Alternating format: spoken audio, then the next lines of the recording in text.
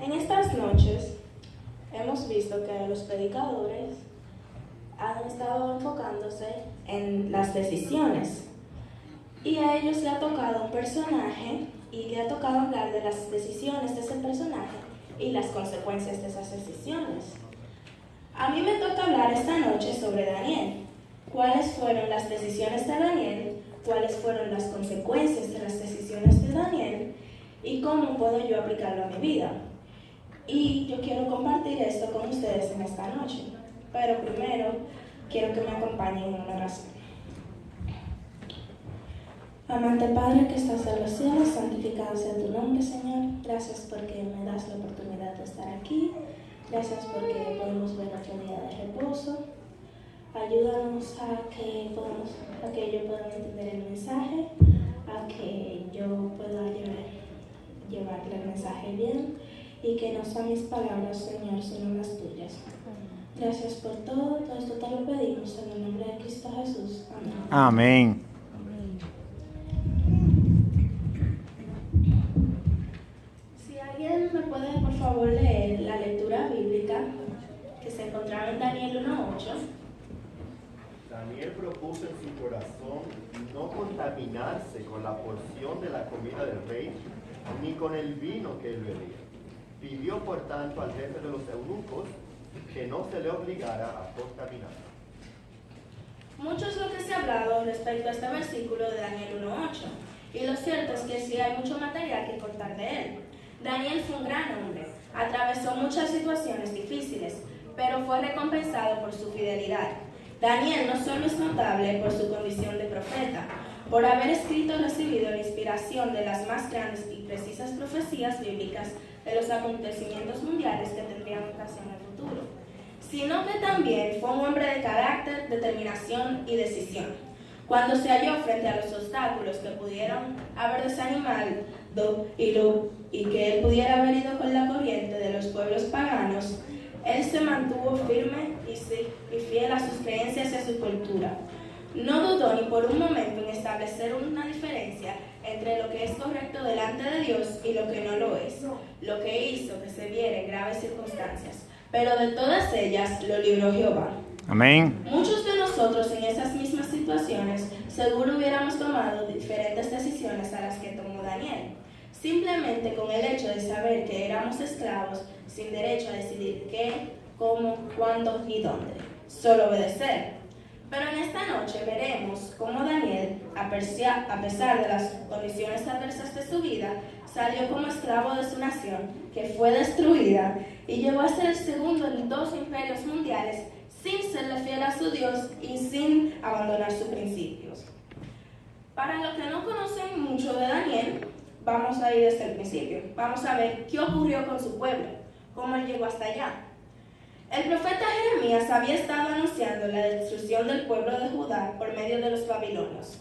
El rey Sedequías, que en el momento era quien gobernaba el reino de Judá, no atendió a los mensajes enviados por medio del profeta, una y otra vez diciéndole que se rindiera y que huyera por su vida y la de su pueblo. El Señor había determinado 70 años de cautiverio. Eso se encuentra en Jeremías 25. Al final del cual el pueblo volvería otra vez a poseer la tierra que el Jehová le había jurado a Abraham, Isaac y a Jacob que le daría. Pero el rey no hizo caso de las advertencias de rebelarse contra la palabra enviada por medio de Jeremías, y las consecuencias que acarrió no solo para él, sino también para todo el pueblo, fueron desastrosas y muy vergonzosas. La ciudad fue totalmente destruida, sus murallas derribadas, el pueblo fue quemado y destruido completamente. Los vasos y utensilios fueron llevados como botín y muchos murieron al filo de la espada. Completa ruina. Dentro de aquellos que fueron llevados cautivos y llevados a Babilonia se encontraban Daniel y sus amigos y sus 3 compañeros, ilustres ejemplos de los que pueden llegar a ser los hombres que se unen con el Dios de sabiduría y poder. ¿Qué pasó con la familia de Daniel? La Biblia no dice nada con respecto a la familia, que fue lo que le pasó a la familia de Daniel. Probablemente también fueron hechos llevados cautivos a Babilonia o pudieron haber muerto a filo de espada. Pero si algo hemos de saber de la familia de Daniel, tenemos que verlo a través de su vida, pues no pudo haber llegado a ser lo que fue si en su familia no hubiesen principios firmes y claros sobre lo que significaba ser fiel a Dios y saber qué decisiones tomar en los momentos difíciles. La familia es donde se forjan los más nobles valores desde la infancia. Daniel, al igual que sus compañeros, seguro pasaron un tiempo escuchando las historias que les contaban sus padres de sus antepasados, tal como lo ordenara Moisés. Daniel sabía que como los relatos de la salida del pueblo de Egipto, la captura de Canaán por Josué, la valentía de Caleb, la fidelidad de José y otros que fueron antes que él, cuando se encontrara en semejante situación, Dios podría liberarlo en la misma forma. Son pensamientos como los que expresados por Elena de White en el libro Consejo para los Maestros sobre la educación en el hogar, cómo los padres deberían tener en cuenta a la hora de educar a sus hijos, que ellos tomen buenas decisiones cuando estén lejos de los padres y lejos del hogar, y aunque se vean rodeados también de influencias negativas. Igual que Daniel, él fue llevado cautivo con sus amigos. No tenemos registro de la familia de la infancia de Daniel en las escrituras, pero es probable que Daniel haya tenido una infancia normal, un hogar estable, familiares amorosos y amigos que compartían su misma ideología y costumbres como muchos de nosotros. Al pasar los años desarrollaron una amistad muy estrecha y profunda, pues aún en la peor de las situaciones permanecieron fiel uno al lado del otro. Y cuando fueron llevados cautivos a palacio, Daniel, quizás mayor que los otros, se hace responsable y decide, como lo habían aprendido en su hogar, a tomar decisiones. Y prometieron todos ser fiel a Dios y al Dios de sus padres. Sus amigos confiaban en él, sabían que tenía un sano juicio, que confiaba en su Dios y que nunca los abandonaría a ellos por ninguna razón. Fue bajo la influencia de Daniel que sus amigos compartieron con él el alimento que él le pidió que les suministrasen. Fue bajo la influencia de Daniel que los jóvenes Sadrach, Mesach y Abednego prefirieron ser echados al horno de fuego antes de rendir culto a una imagen hecha por los hombres, como se encuentra en Daniel 3:16 al 23. ¿Qué pasó con Daniel? Echando una mirada atrás a lo que hemos hablado hasta ahora, podemos ver solo una pincelada de lo que pasó con Daniel. Viniendo de un hogar estable, familiares amorosos, amigos fieles, una infancia normal, una adolescencia en progreso y un futuro por venir muy promisorio, era un cuadro que ya Daniel ya seguro lo había visto. Pero todo esto se vio truncado. Todo se derrumbó el día en que Nabucodonosor entró con sus ejércitos a la fuerza en Judá y destruyó su ciudad, su hogar y su templo. Junto a un gran número de otros compatriotas, fue encadenado y transportado como esclavo a Babilonia, la metrópolis de la antigüedad. Fue llevado directamente a palacio, donde sería entrenado y educado para servir ante el rey. Como esclavo no tenía ningún chance de nada, pero Daniel ya había propuesto en su corazón una decisión. Antes de llegar a palacio, desde su hogar, en la infancia fue educado para momentos como ese, por lo que no le fue difícil para él proponer en su corazón no contaminarse con las cosas de la nación donde fuera conducido. Estas decisiones llevaron a Daniel a tener que enfrentar y sortear momentos difíciles, pero nada hizo que se desviara de lo que había propuesto en su mente: obedecer a Dios antes que a los hombres. Amén. Enfrentó el chisme, la calumnia, la mentira, la traición, la cárcel, el odio y la muerte misma, y en todo salió airoso. Por su ejemplo, dedicación y abnegación, llegó a ser segundo en palacio en 2 gobiernos distintos a lo largo de su vida. Pero, ¿cómo Daniel pudo lograr eso? Veamos. ¿Cuál fue la decisión? Una vez en palacio, decidió mantener el mismo régimen alimenticio de su hogar antiguo. Según nuestra lectura bíblica, Daniel había propuesto, antes de ese momento, no contaminarse con la costumbre de comer de todo como se hacía en la mesa del rey. Él estaba decidido a cambiar esa situación, por lo menos para él y para sus amigos. En el hogar habían aprendido por la lectura de Génesis que la alimentación correcta se compone de legumbres y semillas y agua. una alimentación sana, saludable, que pudiera mantener alerta todos sus sentidos. Era lo que buscaba Daniel. Él sabía que la naturaleza del alimento y la manera en que se come ejercen una poderosa influencia sobre la salud. Eso se encuentra en Consejos para los Maestros, página 203. Es deber de cada uno de nosotros saber qué hemos de echar en nuestros estómagos, ya que no solo afectará a nuestro cuerpo, sino también nuestro cerebro, nuestros pensamientos y por ende las decisiones que tomemos dependerán en gran medida de aquello que ingerimos. Al llegar allá, Daniel decidió mantener la cultura y religión de sus padres. Al entrar en tierra babilónica, Daniel fue alejado de todo aquello que él conocía hasta ese momento. Todo lo que él vería sería muy distinto a lo que antes vio: su hogar, su templo, su educación. Todo aquello sería completamente vaciado de su mente en la escuela a la que fue llevado para que aprendiese sobre la ciencia y las costumbres de su nuevo país, a fin de que se adapte y pueda servir mejor en palacio. Una de las principales cosas que hizo el rey fue cambiar su nombre, como se encuentra en Daniel 1:7, si alguien lo puede leer, por favor.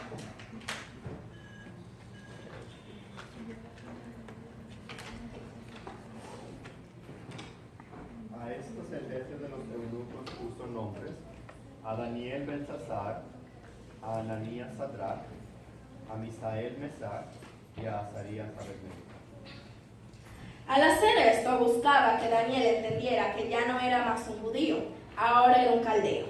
Procuraba borrar su pasado, su cultura, su religión. El rey no obligó a los jóvenes hebreos a que renunciaran a su fe para hacerse idólatras, sino que esperaba obtener esto gradualmente, dándoles nombres que expresaban sentimientos de idolatría, poniéndolos en trato íntimo con sus costumbres idolátricas y bajo la influencia de ritos seductores del culto pagano, esperando inducirlos a renunciar a la religión de su nación y a participar en el culto babilónico. Daniel no podía hacer nada con respecto a cómo lo llamaran, pero sí en la manera de que él respondía. Era decisión de Daniel si respondía de acuerdo a las costumbres y creencias de su nuevo hogar o si mantenerse fiel a Dios. Daniel decidió mantenerse fiel a Dios en todo momento. Por difícil que fueran las circunstancias en las que se encontrara, Daniel desde un principio procuró ser fiel a Dios. Por eso pudo pasar la difícil prueba ante Nabucodonosor y la interpretación de sus sueños, y frente a los sátrapas de Darío que quisieron meterlo al medio por su costumbre de orar 3 veces al día. Pero de todas ellas lo libró Jehová. Amén. ¿Cuáles fueron las consecuencias de la decisión de Daniel de no contaminarse con la comida del rey? Según lo expresa el propio Daniel en el capítulo 1, 12 al 13, si alguien lo puede leer. Daniel 1, 12 al 13. Okay. 1, 12 al 13. 2 y Te 3. ruego que hagas la prueba con tus siervos por 10 días y nos den legumbres a comer y agua a beber. Compara luego nuestros rostros con los rostros de los muchachos que comen de la ración de la comida del rey, y haz después con tus siervos según veas. Consintió pues con ellos en esto y probó con ellos 10 días. Daniel hizo un trato con el jefe de los eunucos, Mesar, que si en un plazo de 10 días no había resultados notables entre él y sus compañeros y los demás jóvenes de la corte, entonces ellos se someterían al régimen establecido por el rey. Pero al cabo de los 10 días pareció el rostro de ellos mejor y más robusto que el de los otros muchachos que comían de la porción de la comida del rey. Pues Mesar se llevaba la porción de la comida de ellos y el vino que habían de beber y les daba legumbres. Así que a estos 4 muchachos Dios les dio conocimiento e inteligencia en todas las letras y ciencias, y Daniel tuvo entendimiento en toda visión y sueños.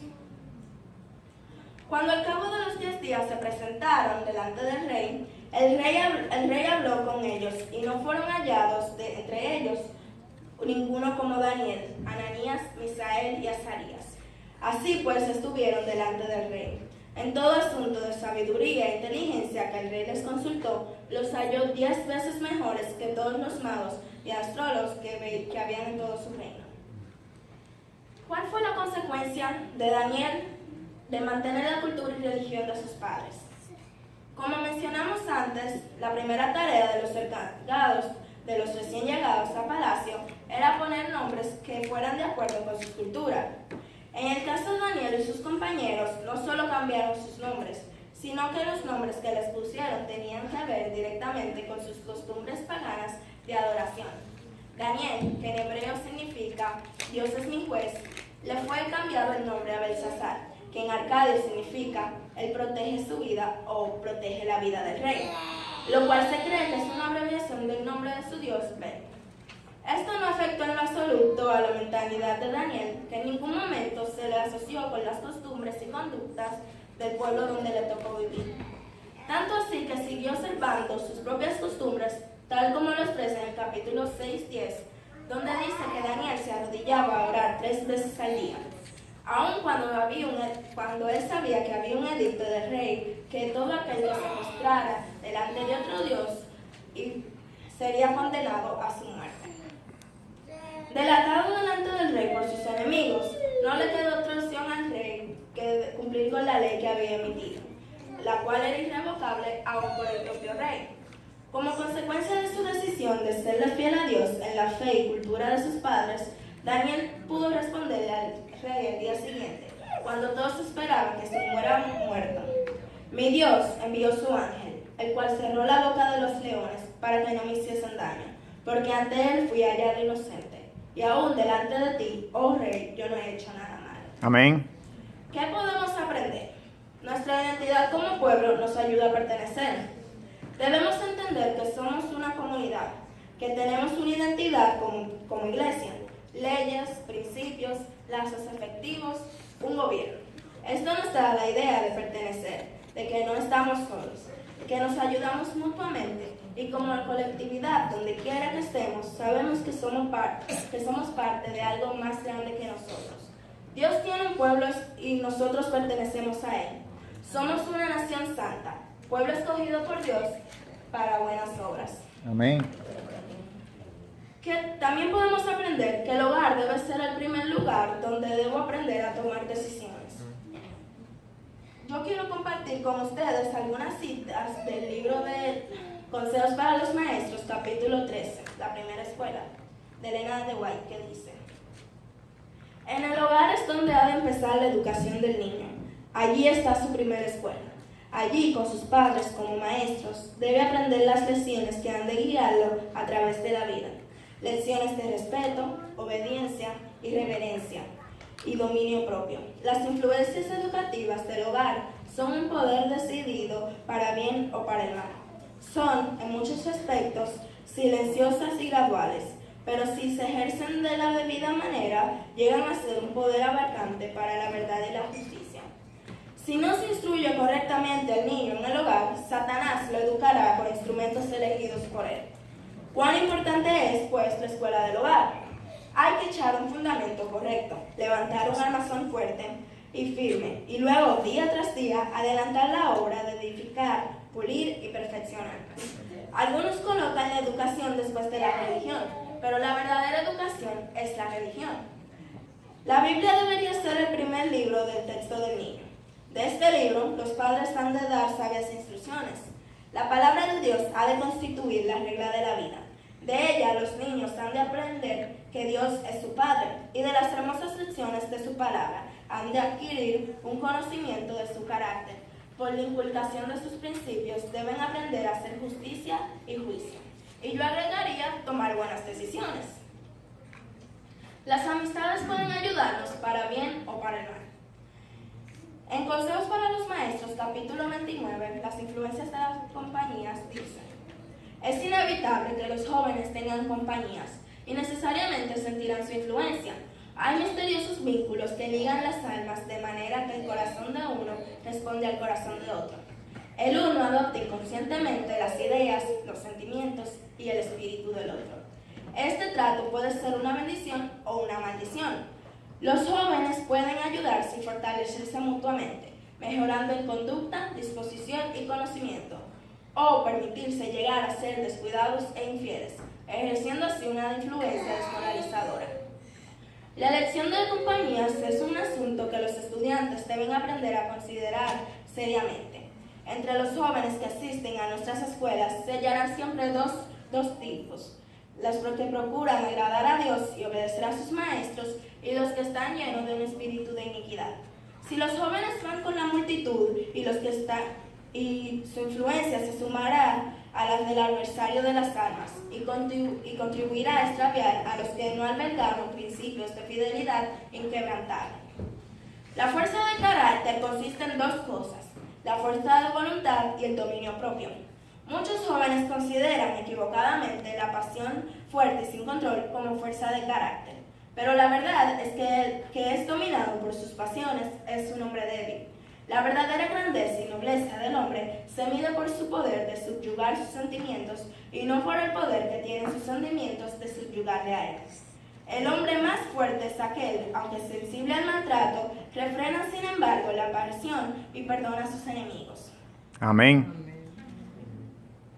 También las decisiones que yo tome afectarán mi vida y la de otros en una manera positiva o negativa, y que serle fiel a Dios trae al final mejores resultados. Amén. En conclusión, luego de ver su nación completamente destruida por una mala decisión, luego de ver su familia separada, probablemente asesinada por una mala decisión, luego de ver sus amigos conducidos junto a él en el cautiverio a una nación lejana y por demás extraña para ellos y muy distinta en lengua y religión, cultura, por una mala decisión. Luego de ver su propia vida irse por la borda en cuanto a los sueños y ambiciones que como joven pudo haber tenido por una mala decisión, Daniel tomó él la decisión, en su corazón, sinceramente, de convicción y firmemente de serle fiel a Dios en donde quiera que el Señor lo enviara y sin importar las consecuencias que éstas pudieran acarrear. Amén. ¿Qué he aprendido yo en esta ocasión al presentarle la vida de este personaje? Que mis decisiones deben ser producto de la razón, basadas en mis propias experiencias o en la de aquellos que me rodean o son mis cercanos. Que mis decisiones, en cuanto me sean posible, deben tener fecha para que puedan tener o verse los resultados. A Daniel y a sus amigos les tomó 10 días para ver los resultados de su decisión, pero las consecuencias fueron más allá, pues en el capítulo 1:26 dice que Daniel continuó en palacio hasta el primer año primero del rey Ciro. Que mis decisiones no siempre deben tener un resultado según mi propia opinión, pues Dios muchas veces tiene mejores planes que lo que nosotros podamos tener. Amén. Vamos a leer Daniel 3:21, 23 y 26. Son 3 versículos, si 3 personas lo podrían leer, por favor.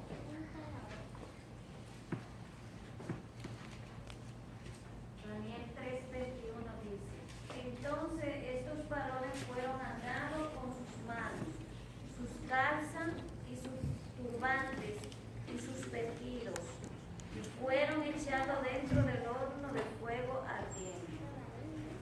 ¿Alguien tiene el 23? Y estos 3 varones, Sadrach, Mesach y Abed-nego, cayeron atados dentro del horno de fuego ardiente. ¿Y el versículo 26? Vamos a leer. Entonces Nabucodonosor se acercó a la puerta del horno de fuego ardiente y dijo: Sadrach, Mesach y Abed-nego, siervo del Dios Altísimo, Dios de salud, venid. Entonces Sadrach, Mesach y Abed-nego salieron del horno del fuego. Amén. Hoy yo le quiero hacer un llamado. Yo no sé qué le ha sucedido a usted. Seguro no le han destruido su pueblo, su familia o sus amigos, pero es probable que sí le hayan herido en lo personal. Es probable que estén en un horno de fuego más ardiente que el de los jóvenes hebreos, o quizás se encuentren metidos en un pozo de leones, como las drogas, la pornografía, el adulterio, la fornicación, el chisme, la envidia, el egoísmo, etc. Quiero que sepas que en este momento puedes tomar la decisión en tu corazón, sin emoción, racionalmente, de no contaminarte con las cosas de este mundo. Y estoy seguro de que Dios aún tiene el poder de librarte del fuego. que ni un pelo de tu cabeza sea tocado. Dios puede taparle la boca a todos esos leones y hacer que pases la más negra noche en la más completa claridad, protegido por los ángeles que Dios enviará a taparles la boca a todo el que habla o dice de ti. Si quieren, pueden venir y tengamos una oración por ti, por mí y por todos nosotros. Amén. Llama. Vamos a postrarnos de pie. Llama.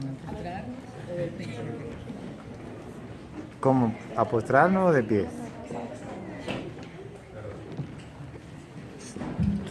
Tú mandas que llamar, llama a la gente. Si quieren, pueden venir aquí a hablar. De rodillas.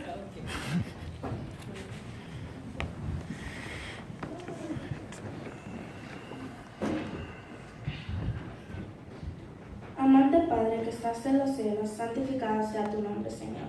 Gracias porque estamos aquí como una iglesia, Señor. Gracias por darnos otro día de reposo. Señor, te quiero pedir por todas las personas que están aquí, que han decidido en su corazón no contaminarse con nada de este mundo, Señor. Amén. Y que ellos han puesto su vida en tus manos. Y que tú los harás pasar la más negra noche, Señor, en la más completa claridad, porque tú siempre estás con ellos. Amén. Ayúdalos a que ellos puedan salir de ese foso de leones en que están atrapados. Y que ellos puedan ser, al igual que Daniel, que puedan siempre confiar en ti y que sepan que tú eres fiel con nosotros, Señor. Amén. Gracias por todo lo que tú nos das. Perdona todos nuestros pecados. Todo esto te lo pedimos en el nombre de Cristo Jesús. Amén. Amén. Amén.